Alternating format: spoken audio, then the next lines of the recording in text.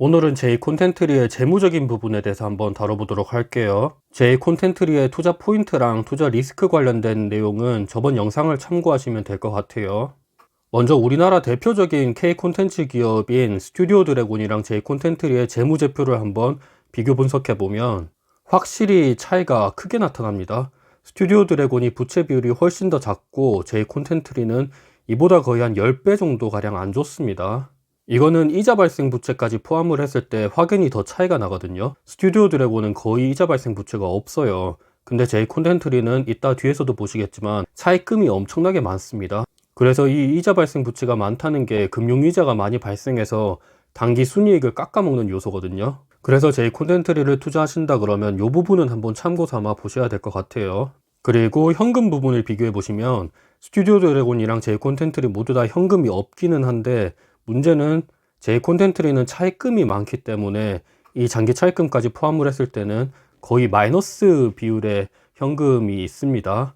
그렇지만 스튜디오 드래곤은 차입금이 없기 때문에, 그러니까 갚아야 될 돈 자체가 없기 때문에 현금이 별로 없는 부분은 그렇게까지 주의할 필요는 없다고 생각을 하고 있어요. 단순하게 재무제표를 비교했을 때는 J콘텐트리가 스튜디오 드래곤보다는 훨씬 더 안 좋다, 이렇게 요약을 해볼 수 있을 것 같아요. 그렇지만 단순히 재무적으로만 안 좋다 그래서 J콘텐트리가 뭐 무조건 떨어진다 이런 이야기는 아니니까 그냥 투자하실 때 뭐 이런 차이점은 있다라고 참고는 해보시는 게 좋을 것 같아요.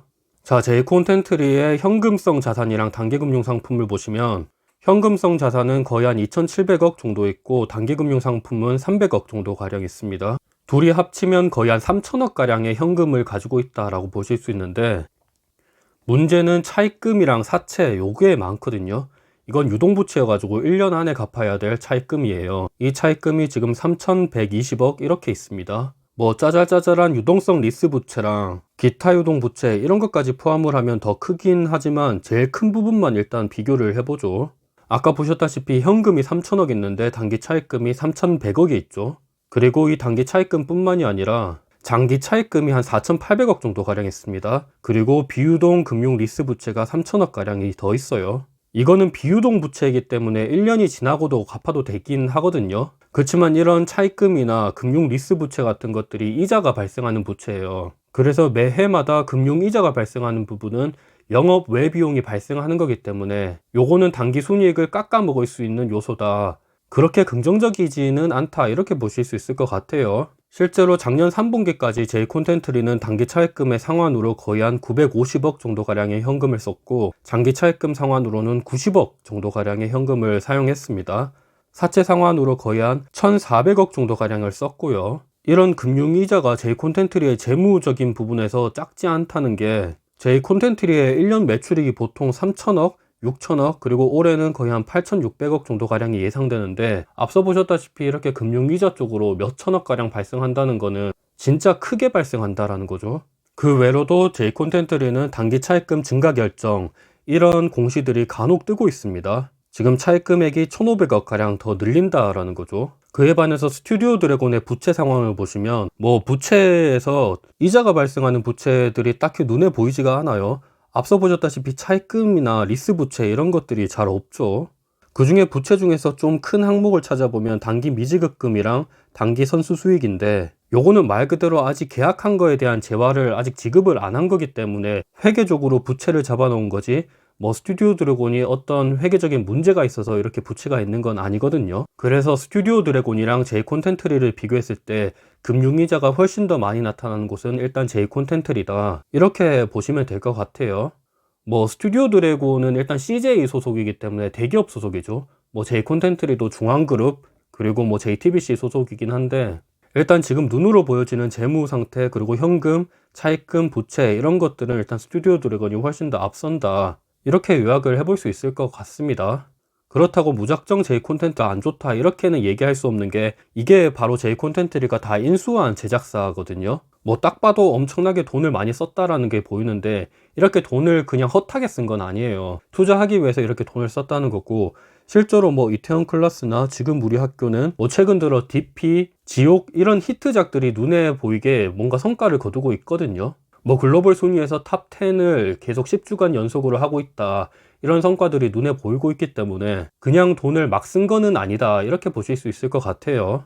일단 제이콘텐트리가 다음과 같은 제작사를 인수하면서 영업권이라는 무형자산을 되게 크게 가져왔는데, 보시면 앞서 보셨던 제작사들을 인수하면서 영업권이 4천억 가량 됐습니다.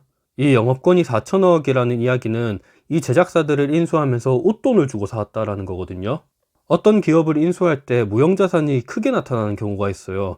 그럴 때는 이 무형자산을 삼각하는 과정이 필요하기도 합니다. 대표적으로 저번에 다뤘던 카카오가 멜론을 인수하면서 무형자산을 삼각했던 경우가 있었죠. 뭐 멜론이 돈을 벌든 못 벌든 이거는 웃돈을 주고 사왔기 때문에 삼각하는 과정이 필요합니다. 그래서 제이콘텐트리도 보시면 예상되는 영업권 삼각 금액이 700에서 1000억 정도로 예상이 되고 1년에 200억 정도의 영업의 손실이 예상된다고 합니다. 이 삼각 기간은 4에서 5년이라고 되니까 1년에 한 200억 정도 가량도 떨어진다, 이렇게 보실 수 있을 것 같아요. 실제로 제이콘텐트리는 매출액이 이렇게 늘어나고 있는데 영업이익은 계속해서 적자가 나타나고 있는 상태죠. 그러다 보니까 당연히 현금 흐름도 별로 좋지가 않습니다. 현금 흐름도 계속 뭐 적자가 나고 있는 상태고, 뭐 그러다 보니까 차입금을 계속 땡길라 그러고 사채를 쓰고 뭐 하여튼 이런 과정을 보이고 있는 거죠. 또 제이콘텐트리는 미상환 전환사채가 총 2개 가량 있습니다. 한 1,500억 정도 되는 규모고요. 전환사채라는 게 뭐 돈으로 갚던지 아니면 뭐 주식으로 다시 돌려주던지 이런 거거든요. 보시면 전환 가능 주식수가 390만 주가 있는데 거의 한 대략 400만 주죠. 제이콘텐트리가 이 1,500억을 땡겨오는 대신에 400만 주를 주겠다라고 약속을 한 거예요. 뭐 400만 주를 줘도 되고 아니면 돈으로 다시 갚아도 되고 뭐 중간중간에 이자는 나가겠죠. 여튼 이 400만 주도 이 전환 청구 가능 기간에 또 나타날 수 있다라는 점에 있어서 이것도 한번 고려해 볼 만한 대상이라고 생각을 하고 있어요. 그래도 최근에 뭐 이런 공시가 있었습니다. 전환사채권 처분 결정이라는 공시가 있었는데, 앞서 보셨던 전환사채가 16회랑 17회가 있었거든요. 그 중에서도 16회 전환사채권을 처분한다라는 결정이었습니다. 16회 전환사채의 권면 총액이 거의 한 500억 정도 가량이었는데 그 중에서 320억 가량을 처분하기로 했습니다. 아니 제이콘텐트리가 전환사채를 발행을 했는데 이걸 어떻게 처분할 수 있나요? 이렇게 물으신다면, 제이콘텐트리가 물론 전환사채를 발행을 하긴 했지만 콜옵션 행사를 했습니다. 그래서 뭐 이 전환사채권을 다시 사온 거죠. 이 사온 부분 320억 어치를 다시 파는 겁니다. 여튼 이 부분은 그래도 재무적으로 조금 건전하게 된다라는 부분에 있어서 그래도 뭐 괜찮다라고 보실 수 있겠죠.